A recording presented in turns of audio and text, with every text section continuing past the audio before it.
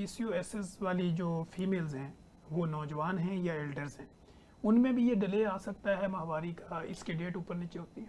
बिल्कुल जी। पहली बात तो ये मैं आपको ये बता दूं कि आप जो कह रहे हैं ना कि हमारे पास जो आती है क्लाइंटेज, क्लाइंटेज आपके पास ट्रस्ट की बात होती है डॉक्टर साहब। हकीमों के पास या दाइयों के पास वो इसलिए जा रहे होते हैं कि वो उनकी बात सुनते हैं, हम उनकी बात नहीं सुनते, पहली ठीक। बात तो ये। अच्छा, दूसरी बात, आपने जो बात बिल्कुल पीसीओ में जो पहले हमारे पास ना 3 चीज़ें हैं पीसीओ के क्राइटेरियाज के लिए। एक होता है अल्ट्रासाउंड के ऊपर पॉलीसिस्टिक आ गई हैं, छोटी छोटी सिस्टें बन गई हैं, ठीक। ठीक है। दूसरा होता है पीरियड्स की इरेगुलरिटी, उसमें टिपिकल पैटर्न हम यही देखते हैं कि 2 महीने 3 महीने, बाज़ों का 4-4 महीने नहीं पीरियड्स आते, और उसके बाद पीरियड्स अगर आए हैं तो वो बहुत लंबा चले हैं, जैसे अभी हम बात कर रहे थे। ठीक। तीसरा वेट गेन और वही बालों का और वो सब। अच्छा, अब ये तीनों में से कोई सी 2 चीज़ें अगर प्रेजेंट हैं तो वो पेशेंट पीसीओ का है। ठीक है। ये समझने की ज़रूरत है। ठीक। क्यों? क्योंकि कई दफ़ा ऐसे होता है कि पीसीओ आगे अच्छा, यानी अल्ट्रासाउंड। इसमें ओबीज होना और ये थिन होना ये कोई लाजमी नहीं? यस, वो है, लेकिन वो उनके बस में भी नहीं होता, और वो उसकी वजह से पीसीओ का होना भी उनके बस में नहीं होता। ठीक।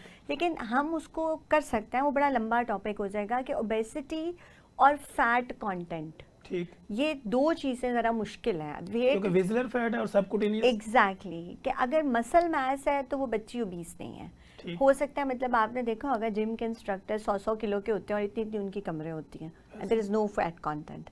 तो वो सेंट्रल ओबेसिटी, यस, ओबीस होना उनके है, लेकिन किसी को ओबेसिटी की वजह से ये कह देना कि तुम्हें पीसीओ इसलिए है कि तुम मोटी हो, नहीं। हो सकता है उसको पीसीओ है, वो इसलिए मोटी है। ठीक। ये चीज़ मैंने पहले भी एक दफ़ा किसी एक में बात की थी कि पीसीओ का पेशेंट, अगर आप और मैं अपनी मेहनत से 4 किलो गिरा रहे हैं ना, उस बेचारी का 1 किलो वज़न गिरेगा, ठीक। क्योंकि उसके हार्मोन्स उसके बस में नहीं होते। ठीक। So what we are doing कि इन 3 में से कोई से 2 क्राइटेरियाज हो तो हम उसको पीसीओ लेबल करते हैं, भले अल्ट्रासाउंड के ऊपर पीसीओ ना हो। ठीक। ये चीज़ बहुत लेकिन इम्पोर्टेंट, सिम्टम्स? 3 में से कोई से 2, ठीक है। तो ये एक पीसीओ का पहले तो डायग्नोसिस होगा, फिर पीसीओ ट्रीट होगा, ठीक है। ठीक है। बाकी वही फिर लाइफस्टाइल मॉडिफिकेशंस हैं, और वो जनरली बात आप कर रहे हैं, तो उसके रेफरेंस से पीसीओ का diagnosis is the most important thing. ठीक है। कि हमारा क्या होता है, एक अल्ट्रासाउंड कराया और उसके बाद कॉस्ट इफेक्टिवनेस की जैसे हम बात कर रहे हैं, यस वी कैन। सिंपलेस्ट, मैं एक सिंपल बात करती हूँ कि ये ना आपको एक्सपीरियंस भी बता देता है। ठीक। मदर में पीसीओ की हिस्ट्री, यस, जेनेटिक्स में भी है, बहन में पीसीओ की हिस्ट्री, पेशेंट का ओबीस होना समटाइम्स। पर जब पीसीओ का मरीज जब एंटर होता है ना, तो हमारे एक्सपीरियंस में मैं हमेशा कहती हूँ, मुझे एंटर होता है तो पता चल जाता है कि या ये पीसीओ का पेशेंट है। ठीक हो गया। ये दिस इज़ वेरी सिंपल। तो आपका क्वेश्चन ये था कि क्या हो सकता है, जी बिल्कुल, पीसीओ का one of the major symptom कि वो 3 महीने, 4 महीने, 2 महीने, sometimes they are normal. Ultrasound पे पीसीओ आया हुआ, हार्मोन्स आए हुए हैं, ठीक है। पीरियड्स रेगुलर है। ठीक हो गया। अच्छा डॉक्टर साहब, हम देखते हैं एल्डर एज के अंदर जब आप 35 प्लस ऊपर निकल जाती हैं हमारी फीमेल्स, तो उस दौरान में हम ये देखते हैं कि सम टाइम उनके पीरियड्स का जो है वो दौरानिया बढ़ता चला जाता है, 15-15, 20-20 दिन ब्लीडिंग होती रहती है।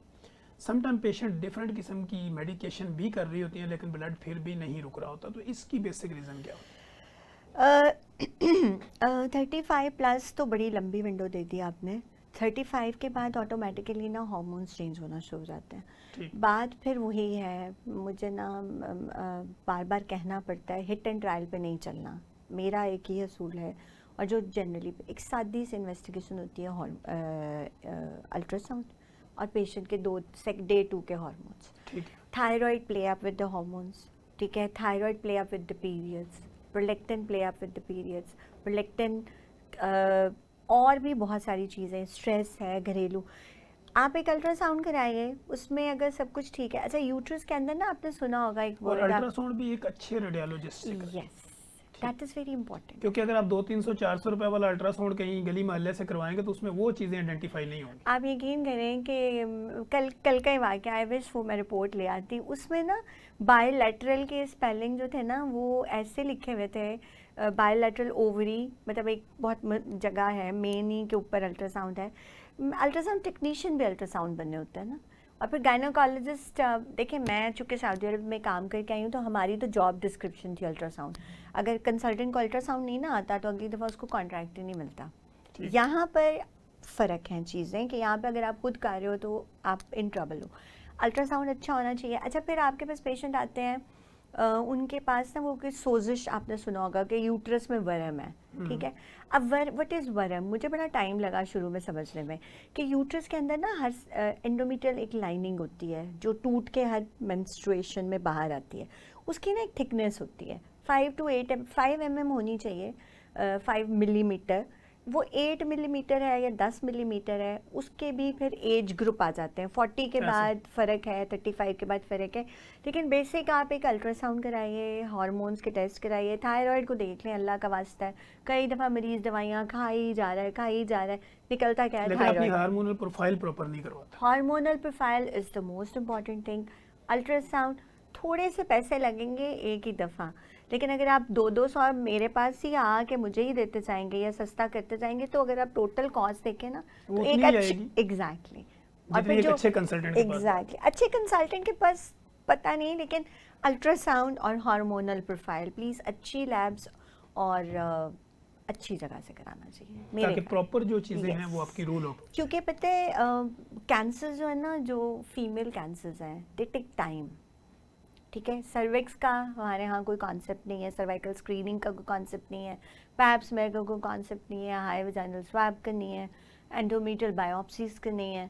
तो वो उसमें फिर आकर के ना एक अल्ट्रासाउंड ही रह जाता है जो मैं कह सकती हूँ कि भाई प्लीज़ वो तो करा इजीली करा लीजिए। अच्छा डॉक्टर साहब, यहीं पे हम देखते हैं कि आजकल हमारे यहाँ टीनेजर्स, मिडिल एज और एल्डर एज की फीमेल्स रेगुलर बेसिस पे रिपोर्ट होती हैं विजाइनल डिस्चार्जिंग के साथ, लिकोरिया के साथ। इसकी बेसिक काज क्या होती है और प्रिवेंट इसको कैसे किया जा सकता है? अच्छा डॉक्टर साहब, मैं थोड़ा सा क्लियर कर दूँ। Leucorrhoea is something which I feel is benign and vaginal discharge is something, लेकिन आपको यूजुअली आते वो एक टर्मिनोलॉजी है, आपका एक्सपीरियंस भी बहुत ज़्यादा है, इसलिए इन टर्मिनोलॉजीज़ का इसके रीजंस जो है ना इन्फेक्शंस हैं, ठीक है। लेकिन अब इन्फेक्शन को लेबल करना क्यों ज़रूरी है, क्योंकि वही बात है हिट एंड ट्रायल। मरीज़ आएगा आपके पास आके कहेगा जी मुझे पता नहीं कब से क्रॉनिक डिस्चार्ज चल रहा है। एक चीज़ होती है हाई वजाइनल स्वैब, अच्छा वो पाकिस्तान में ना बड़े कम लोग करते हैं। हाई वजाइनल स्वैब क्या है कि एक सिंपल कल्चर स्टिक है, आपने पेशेंट को गाइड करना है। अब हम बात करते हैं एज वाइज, यंग लड़कियों में तो हम एक डिलेमा में फंस जाते हैं। फिर what we can do is we can take it from outside, आपको बिकॉज वर्जिनिटी का थोड़ा वो प्रॉब्लम हो जाता है, तो वो उसमें ज़रा हमें टैक्टफुली डील करना पड़ता है। दूसरा, आपने हाई वजाइनल स्वैब कराइए, देखिए कोई बैक्टीरिया तो नहीं है। अगर बैक्टीरिया है तो फिर तो टारगेट और वो है ना, सिंपल निकलता है कैंडिडा। कैंडिडा क्या है? फंगस कब लगती है? जब चीज़ पुरानी हो जाती है, सीधी बात है। चीज़ में जान नहीं रहती। जान क्यों नहीं रहती? एक, बच्चों की इम्यूनिटी लेवल एंटीबायोटिक तो नहीं खा रही, anaemia one of the reasons कि बच्चे की इम्यूनिटी कम है, कुव्वत मुदाफ़त जिसको हम बोलते हैं, या वो कोई क्रॉनिक स्टीरॉइड जैसे रिमोटाइड आर्थराइटिस की पेशेंट्स होते हैं या स्टीरॉइड्स के होते हैं, रीनल, वो चीज़ पहले रूल आउट कीजिए।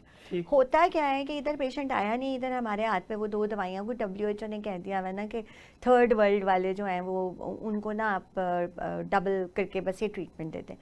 लेकिन जब बार बार एक मरीज़ आपके पास आ रहा है ना, तो उसका मतलब है देयर इज समथिंग रॉन्ग। आपने प्रिवेंशन तो नहीं ना पूछी मुझसे भी, प्रिवेंशन में बाद में आऊँगी क्योंकि वो मेरे एक और पॉडकास्ट में मैंने बताई थी रीज़न।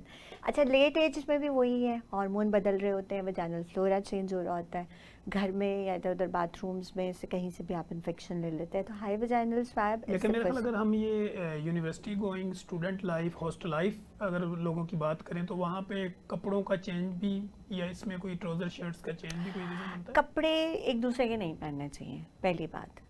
कॉटन पैंटीज़ यूज़ करनी चाहिए। दूसरी बात, ईस्टर्न बाथरूम्स ख़त्म हो गए, बहुत ही सेफ़ थे, कोई रीज़न नहीं होती है, मैं तो कहती हूँ वापसी ना होनी चाहिए। वेस्टर्न कमोड्स के अंदर प्रॉब्लम ये होता है कि चूँकि वो कॉमन बाथरूम्स होते हैं, इन्फेक्शंस कैन ट्रांसमिट।